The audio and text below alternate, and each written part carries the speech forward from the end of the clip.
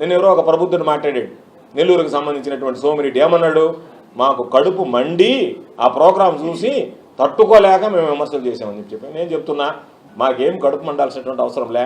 మీరు ప్రభుత్వంలో ఉండేటువంటి పరిపాలన మీ చేతిలో ఉంది కాబట్టి బస్సులన్నీ డైవర్ట్ చేసి తీసుకెళ్లారు, పోలీసులందరినీ అక్కడ పెట్టుకున్నారు, జనం రాకపోతే ఫైన్లు వేశారు.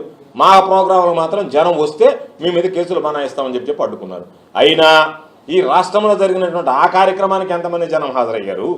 ప్రభుత్వంలో ఉండేటువంటి అన్నిటిని దుర్వినియోగం చేసి మీరు రకంగా ఏకపక్షంగా వ్యవహరించి జనాన్ని తరలించడానికి ప్రయత్నం చేసిన ఆ సభకు ఏ విధంగా స్పందన వచ్చిందనేటువంటిది ఈరోజు నేను నువ్వు మాట్లాడుకున్నాం కదా, రైతులు ప్రజలు మాట్లాడుకునేటువంటి పరిస్థితి ఏర్పడింది. కాబట్టి దాని గురించి మాట్లాడాల్సినటువంటి అవసరం లేదు. నేను మొన్న ఒక విషయం చెప్పాను. ఏమని చెప్పాను? అయ్యా, గ్రావెల్ అనేటువంటిది విచ్చలవిడిగా దోపిడీ గురవుతుంది అని అన్నా. సోమిరెడ్డి నిన్న ఏమన్నాడంటే ఒక మాట చెప్పాడు. ఏమని?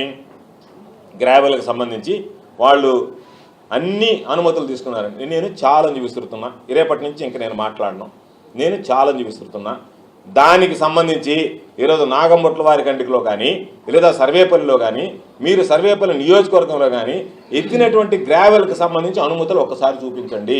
మీరు ఎంత అనుమతులు ఉన్నాయి, మీ దగ్గర ఉండేటువంటి అనుమతులు ఏంది, అసలు అనుమతులు ఉన్నాయా, అనుమతులు ఉంటే ఎంతకున్నాయి, మీరు ఎంతకు తీశారు, దాని మీద మీరు సమాధానం చెప్తే నేను నీకు ఛాలెంజ్ విసురుతున్నా. ఏదో మాట్లాడడం, ఏదో అది ఇది విమర్శించిపోవడం కాదు.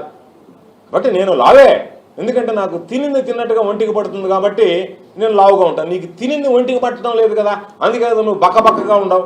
కాబట్టి దాని గురించి మాట్లాడాను తప్ప నేను నీకు ఇంకొక ఛాలెంజ్, రెండో ఛాలెంజ్ విసురుతున్నా. నా మీద నువ్వు పెట్టినటువంటి కేసులు, నా మీద నువ్వు చేసినటువంటి ఆరోపణలకి సిబిఐ విచారణకి నేను సిద్ధంగా ఉన్నా. ఇప్పటికే లేఖ రాశా, సిబిఐ విచారణకి నేను సిద్ధము అని. నీకు దమ్ము ధైర్యం ఉంటే సర్వేపల్లి నియోజకవర్గంలో ఈ రోజు జరిగేటువంటి అవినీతి కార్యకలాపాల మీద నువ్వు సిబిఐ విచారణకు సిద్ధమా? ఇద్దరిలో ఎవరు సిబిఐ విచారణను క్లీన్ చిట్ తెచ్చుకుంటే వాడే పోటీ చేద్దాం, రెండో వాళ్ళం ఆగిపోదాం, ఇబ్బంది లేదు.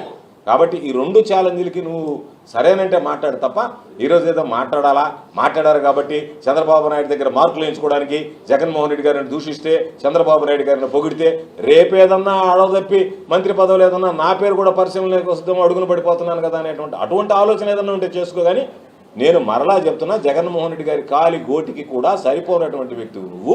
జగన్మోహన్ రెడ్డి గారిని విమర్శించేటువంటి స్థాయి నీకు లేదు అని ఈ సందర్భంగా తెలియజేస్తాను.